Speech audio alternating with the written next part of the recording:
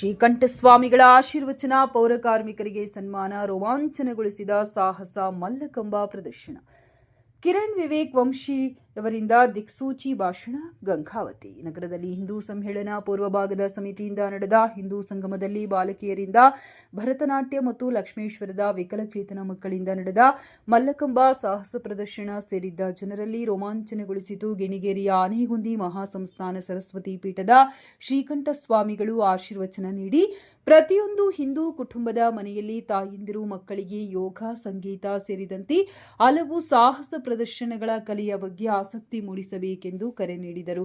ರಾಷ್ಟ್ರೀಯ ಸ್ವಯಂ ಸೇವಕ ಸಂಘದ ಶತಾಬ್ದಿ ವರ್ಷಾಚರಣೆಯ ಅಂಗವಾಗಿ ಹಿಂದೂ ಸಮ್ಮೇಳನ ಪೂರ್ವಭಾಗದ ಸಮಿತಿಯಿಂದ ಗುರುವಾರ ಡಾಕ್ಟರ್ ಬಾಬಾ ಜಗಜೀವನ್ ರಾಮ್ ವೃತ್ತದಲ್ಲಿ ಹಮ್ಮಿಕೊಂಡಿದ್ದ ಹಿಂದೂ ಸಂಗಮ ಕಾರ್ಯಕ್ರಮದಲ್ಲಿ ಸಾನ್ನಿಧ್ಯ ವಹಿಸಿ ಶ್ರೀಗಳು ಮಾತನಾಡಿದರು. ಮೊಬೈಲ್ ಹಾವಳಿಯಿಂದ ಮಕ್ಕಳ ಭವಿಷ್ಯ ಹಾಳಾಗುತ್ತಿದ್ದು, ಗುಣಮಟ್ಟದ ಸಂಸ್ಕಾರ ಹಾಗೂ ದೇಶಾಭಿಮಾನ ಮೂಡಿಸುವ ಕಾರ್ಯವಾಗಬೇಕೆಂದು ಹೇಳಿದರು.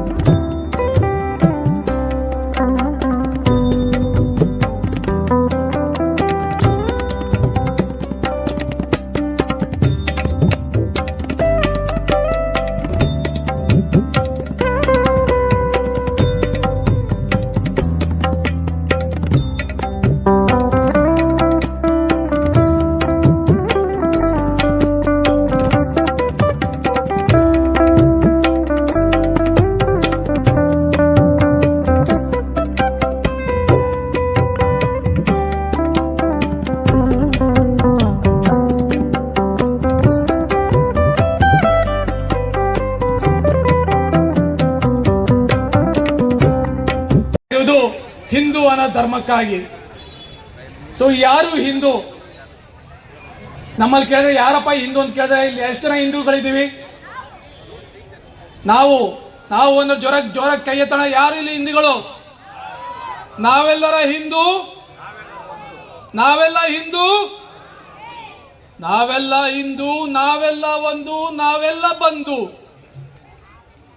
ನಾವೆಲ್ಲ ಒಂದಾಗದಿದ್ದರೆ ಅದಕ್ಕೆ ಏನು ಆಗುತ್ತೆ ಅನ್ನೋದಕ್ಕೆ ಇಲ್ಲೇ ಪಕ್ಕ ಇರುವ ಹಂಪಿಯೇ ಒಂದು ಉತ್ತಮ ಉದಾಹರಣೆ. ಈ ನಮ್ಮ ನದಿಗಳು ಎಲ್ಲೆಲ್ಲೋ ಹರಿದು ಎಲ್ಲೆಲ್ಲೋ ಬಂದು ಸಾಗರವನ್ನು ಸೇರುವಾಗ ಕುಲುಷಿತಗೊಳ್ಳುತ್ತವೆ. ಈ ಸಮಯದಲ್ಲಿ ಹಿಂದೂ ಸಂಗಮ ಯಾಕೆ ಬೇಕಾಗಿತ್ತು? ಸಂಘ 100 ವರ್ಷ ದಾಟಿದ್ರೂ ಕೂಡ ನಮ್ಮ ಪ್ರತಿಯೊಂದು ಈ ನಮ್ಮ ಸಮಾಜದಲ್ಲಿ ಈ ನಮ್ಮ ಸಮಾಜ ಸಂಘಟನೆಗಳಲ್ಲೂ 5 ಅಂಶಗಳನ್ನು ಮುನ್ನಡೆದುಕೊಂಡು ಬರ್ತಾ ಇದೆ. ಅದು ಯಾವುದಪ್ಪ ಅಂದ್ರೆ ಪರಿಸರ ಸಂರಕ್ಷಣೆ. ತಾಯಿ ಪರಿಸರವನ್ನು ನಾವು ಮಾತೃ ದೇವೋಭವ ಅಂತ ಹೇಳ್ತೀವಿ.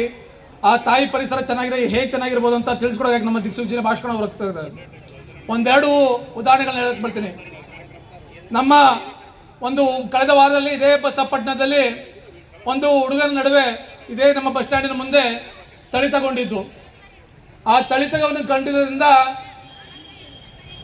ಪೊಲೀಸ್ ಮಾರಲ್ ಪೊಲೀಸಿಂಗ್ ಅಂತ ಹೇಳ್ತೀವಿ, ನೈತಿಕ ಪೊಲೀಸ್ಗಿರಿಯನ್ನು ಮಾಡಲು ಹೊರಟು ನಮ್ಮ ಸಮಾಜದ ಸಾಮರಸ್ಯವನ್ನು ಕಳೆದೊಡಲು ಒಂದಿಷ್ಟು ಜನ ಪ್ರಯತ್ನ ಪಟ್ಟರು.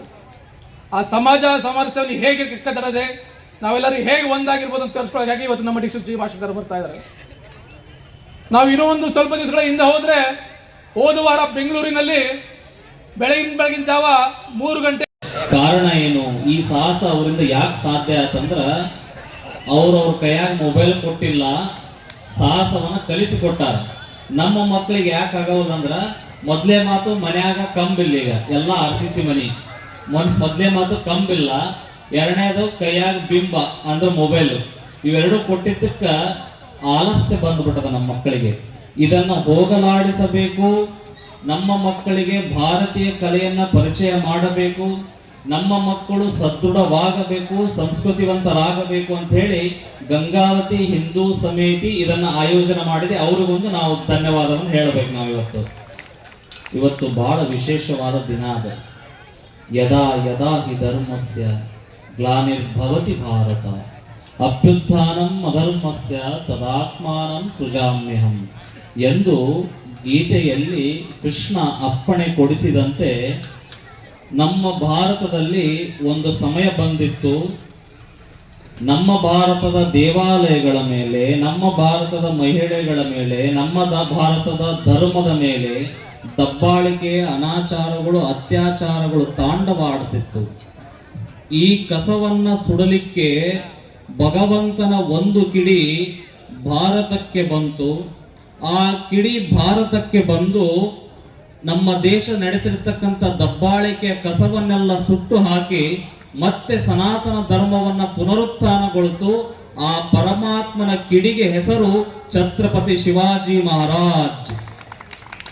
ಆತನ ಜನ್ಮ ದಿನದಂದು ಇವತ್ತು ಆತನ ಕನಸಾಗಿರ್ತಕ್ಕಂಥ ಹಿಂದವಿ ಸ್ವರಾಜ್ಯದ ಬಗ್ಗೆ ಮಾತಾಡ್ತಾ ಇದ್ದೀವಿ. ವಾವ್, ಇದು ನಿಜವಾದ ಶ್ರೇಷ್ಠ ಅಂತ.